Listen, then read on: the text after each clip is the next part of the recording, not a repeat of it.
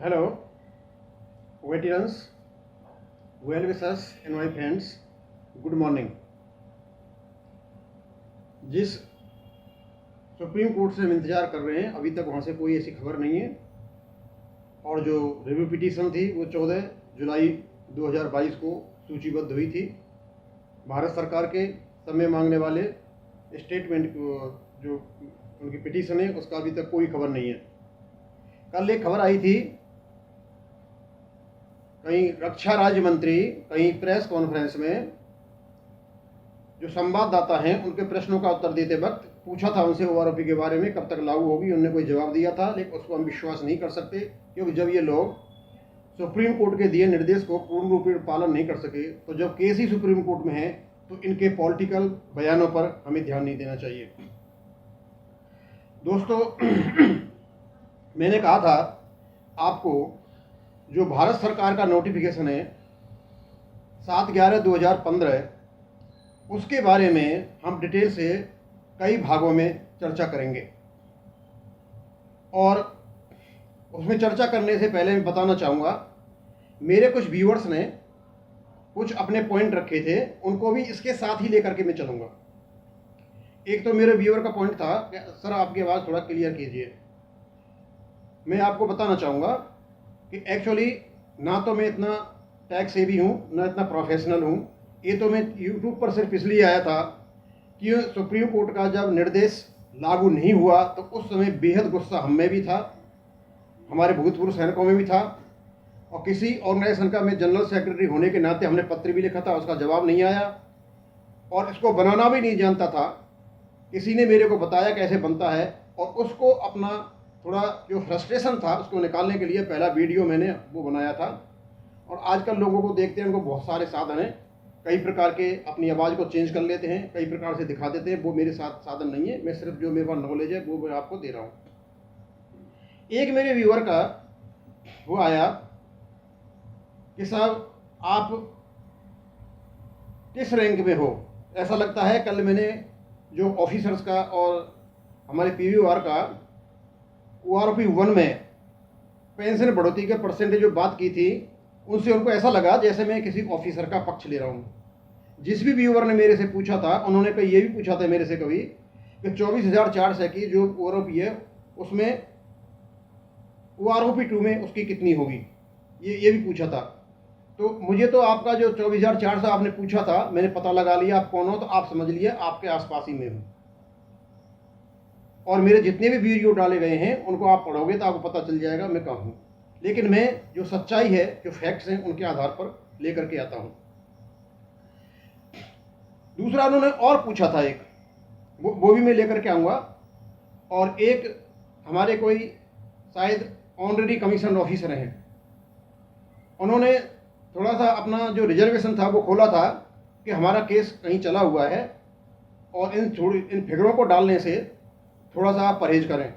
Sir मैं आपको बताना चाहूँगा, मैंने जो कुछ बताया था, फैक्ट्स बताए थे, यदि ये फैक्ट्स आपको प्रभावित करते हैं तो सॉरी सर मैं कहना चाहूँगा, फिर आपका केस बहुत कमज़ोर है। आप बिल्कुल ये फैक्ट्स किसी से छिप नहीं सकते। और जहाँ तक ऑनरेरी कमीशन ऑफिसर का सवाल है, चाहे लेफ्टिनेंट हो, कैप्टन हो, या समकक्ष आपके नेवी में हो या एयरफोर्स में हो, सर आप 542 सर्कुलर में जाइए, 500 बिल्कुल इसको अच्छी तरह स्टडी कीजिए, आपकी मिनिमम फिटमेंट देखिए। मिनिमम फिटमेंट के 50% से कम कभी भी आपकी पेंशन कम नहीं हो सकती है। जो इन्होंने आपको जब फिक्सिंग किया है, आपको जब प्रमोट किया है 2016 के बाद, वहाँ आपके साथ खेल किया है। और आपका बहुत सॉलिड केस है। मैं बार बार आपको जो ऑनरेरी कमीशन ऑफिसर है उनको बताता रहूँ। अब मैं आता हूँ थोड़ा सा उस पर कि एक मेरे व्यूअर ने पूछा था कि हमको 2.57 और उनको 2.67, सर उनको 2.81 भी मिला हुआ है। इसका कारण बताता हूँ सर क्या है कि जो प्रभाव होता है ना, प्रभाव, उसका फायदा प्रभावशाली व्यक्ति लेते हैं। और कभी कभी ऐसा होता है सर, प्रभावशाली व्यक्तियों के लिए जो अप्रभावशाली व्यक्ति होते हैं वो भी सहायता करते हैं। ये सब कुछ हमारा किया कराया है। पहला तो यह है कि पहला वेतन आयोग है जिसमें इस प्रकार की अपवित्रता हुई है। अब अदरवाइज जो एमएफ फैक्टर होता था, पवित्रता के साथ सब पर लागू किया जाता था, लेकिन इस 7वें वेतन आयोग में एक अपवित्रता के रूप में इसको लागू किया गया है। 2.57, 2.67, 2.81। और सर मैं आपको बताना चाहूँगा इसके पीछे हम भी कारण हैं। आप थोड़ा सा मैं उधर लेके जाता हूँ। जब 7वें वेतन आयोग में जो स्लैब बेस्ड डिसेबिलिटी आई थी, जिसमें OR के लिए 12,000, JCO के लिए 17,000, ऑफिसर के 27,000, और जब इसको गवर्नमेंट ने लागू किया था तो सबसे पहले धनुष बाण लेकर के JCO OR मैदान में कूदे थे। साउथ से लेकर के, बंगाल से लेकर के, पश्चिमी बंगाल से लेकर के, बिना ये सोचे समझे हुए वो अपना ही नुकसान करने जा रहे हैं। और जितने भी हमारे सिपाही थे, जितने भी हमारे नायक थे, कुछ हवलदार थे, और JCO नायब सूबेदार और इवन नायब सूबेदार में भी आप लोगों ने, आपके सहयोग ने बिना सोचे समझे हुए जो सहयोग दिया ऑफिसर्स का, परसेंटेज बेस पे कीजिए, आप उसके सहयोग में साथ थे। आपने अपनी पेंशन कम कराई। जो आपकी 12,000 रुपये पेंशन हो सकती थी वो आपकी 100% के लिए आपने 10,000 और 8,000 और 9,000 पर लेकर के आ गए। और जिसकी 17,000 पेंशन हो सकती थी JCOs की, उसको आप 12, 13, 14,000 पर के लेकर के आ गए, क्योंकि परसेंटेज से हमको नुकसान हुआ, ऑफिसर्स को फायदा हुआ, और आप लोगों ने ही उसमें साथ दिया था। अब मैं आता हूं सर नोटिफिकेशन 7/11/2015 का नोटिफिकेशन। मैंने उसमें 4 चीज़ों को लिया है। उसमें पहला बात तो यह है, और सुप्रीम कोर्ट के वर्डिक्ट के अनुसार लिया है, कि हम जो आजीविका कमाते हैं ना, वो हमारा मौलिक अधिकार है, और पेंशन हमें आजीविका देती है, इसलिए पेंशन सुप्रीम कोर्ट ने एक मौलिक अधिकार में माना है, इसलिए हमें मिलनी चाहिए। और जो आपका नोटिफिकेशन है वो ये कहता है, पेंशन हमारा अधिकार है, लेकिन नोटिफिकेशन हमें यह अधिकार देता है कि जो करेंट पेंशनर्स हैं उनकी पेंशन उनसे पहले पास्ट पेंशनर्स को हस्तांतरित की जाए, रैंक वाइज और उनकी जो इतनी सर्विस की है उसके आधार पर। और इस प्रकार हस्तांतरित की हुई पेंशन यूनिफॉर्म होनी चाहिए। इसका मतलब करंट पेंशनर्स की पेंशन पास्ट पेंशनर्स को जानी चाहिए। इसका मतलब सीधा साधा है कि पेंशन हमारा मूल अधिकार है, इससे और हमारा करंट पेंशन पे मूल अधिकार बन गया। यदि ये नहीं होता नोटिफिकेशन, तो हमारी पिछली बारी पेंशन पर ही अधिकार होता। दूसरा, जो सुप्रीम कोर्ट ने निर्णय दे रखा है वो है समान कार्य के लिए समान वेतन और भत्ते। मैं जो बात आपको बता रहा हूं आप थोड़ा ध्यान देना। असमान कार्य के लिए असमान वेतन भत्ते। और अब ये एक बात जो मैं बताने जा रहा हूं, 7/11/2015 का नोटिफिकेशन ऑनररी लेफ्टिनेंट और कैप्टन और जितने भी समकक्ष नेवी में हैं और एयरफोर्स में हैं उन पर लागू नहीं होता है। आप बोलोगे ये क्या बातें कर रहे हो, ये तो असमंजस की स्थिति है, विस्मयकारी स्थिति है, ये कैसे हो सकता है कि नोटिफिकेशन लागू नहीं होता है। सर उसमें ऐसा है कि जो करंट पेंशन है वो हमेशा ज़्यादा होगी, और तभी वो आरोपी के लिए लड़ाई हुई थी कि करंट वालों की ज़्यादा है, पिछले वालों की कम है। तो करंट पेंशन ज़्यादा होगी, उसको पिछले वालों को देना है। लेकिन सर 2016 के बाद ऑनररी लेफ्टिनेंट की और कैप्टन की पेंशन ही कम हो गई, तो उसको आप पीछे वालों को क्या दोगे? पीछे वाले क्यों लेंगे? और ये कारण क्यों बना? क्योंकि आपकी ढील के कारण, आपकी कमजोरी के कारण। इसको तो मैं बाद में, एक बार मैंने 13 दिन पहले एक वीडियो बना रखा है ऑनररी लेफ्टिनेंट और कैप्टन का, जो विश्लेषण किया था, आप उसमें देख सकते हो। और कभी मैं इसको और भी लेकर के आऊँगा, क्योंकि आपकी पेंशन उससे कम है। और कम क्यों है? क्योंकि आपकी जो मिनिमम फिटमेंट टेबल थी उसको प्रॉपर तरीके से 7th CPC में फिक्सिंग नहीं किया गया। जब आपका प्रमोशन हुआ है उसकी वजह से ये सारी परेशानी हो रही है। अब मैं आता हूं उस वक्त, अब ये समान पेंशन, उस समय जो हमारे रैंक हैं, यदि आप 542 सर्कुलर में मिनिमम फिटमेंट टेबल पर जाओगे तो आपको 2 चीजें मिलेंगी। एक तो आपको रैंक्स मिलेंगे, उसमें सिपाही, नायक, हवलदार, नायब सूबेदार, सूबेदार, सूबेदार मेजर, और जो जितने भी रैंक हैं दूसरी उनमें, एयरफोर्स में और नेवी में। और दूसरा यह मिलेगा कि उनकी पेंशन में हिस्सा क्या क्या है। एक आपको मिलेगा मूल वेतन, एक मिलेगी आपको ग्रेड पे, जिनमें आपका ये DA लगता है, और साथ में आपको MSP उन्होंने चाहे इधर के हो चाहे उधर के, दोनों साइड को, उस 2006 से वाले हो, बाद वाले, सबको उन्होंने दे रखी है। ये आपका वेतन का हिस्सा है। ये जो वेतन है ये समान रूप से वहां जाना चाहिए। इसका मतलब ये हुआ करंट पेंशनर की पेंशन में यदि किसी भी प्रकार से मूल वेतन में वृद्धि हुई है,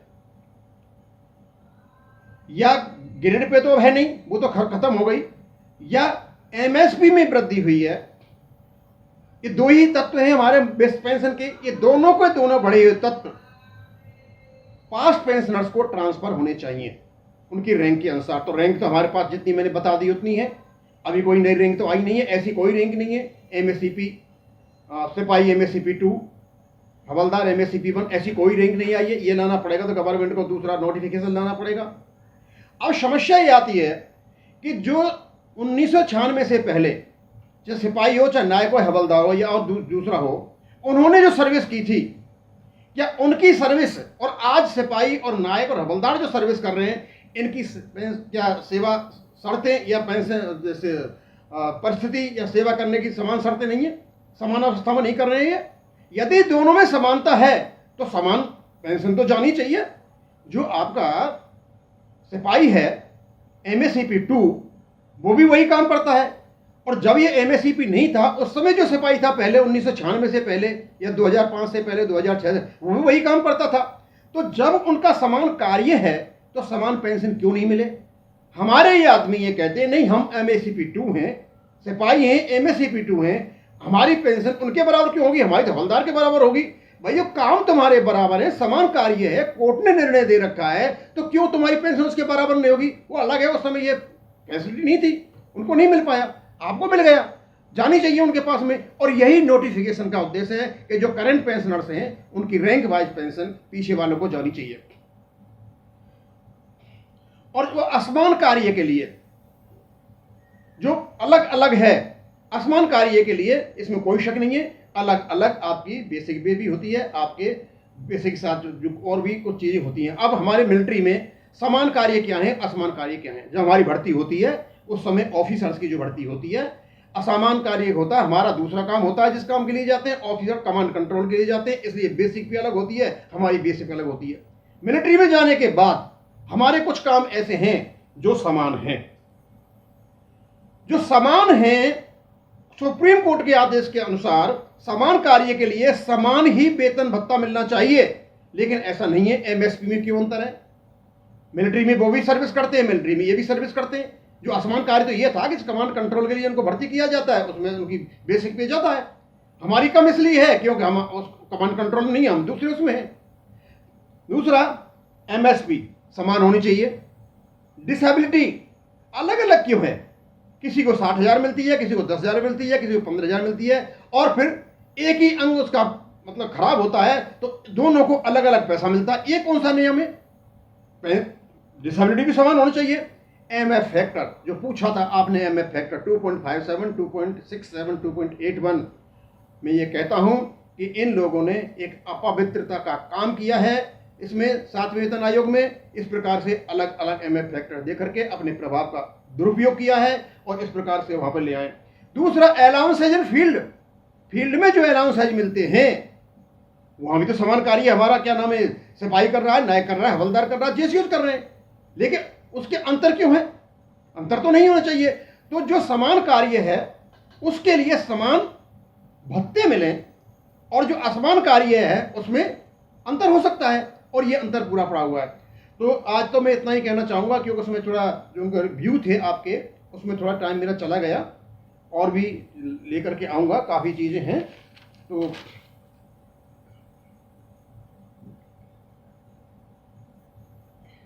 भूतकाल से लेकर आज तक चली आई रैंकों को किसी प्रकार डाइल्यूट न किया जाए। सिपाही एमएससीपी 2, हवलदार एमएससीपी 1, इस प्रकार की कोई रैंक नहीं है, भूतकाल से चली आ रही है। जो वर्तमान में रैंक है उसी प्रकार से उनको दिया जाए, और किसी भी बनावटी रैंक का निर्माण नहीं किया जाए, और यदि किया भी जाता है तो उसके लिए अलग से नोटिफिकेशन लाया जाए, भारत सरकार उसको क्लियर करे। एमएससीपी से रैंक नहीं बदलता है, एमएससी से केवल और केवल मूल वेतन में परिवर्तन आता है। इसलिए जो करंट पेंशनर के मूल वेतन में परिवर्तन आया है उसको पास्ट पेंशनर के मूल वेतन में परिवर्तन करते हुए पेंशन लेने का हक है। मूल वेतन पेंशन का एक महत्वपूर्ण हिस्सा है।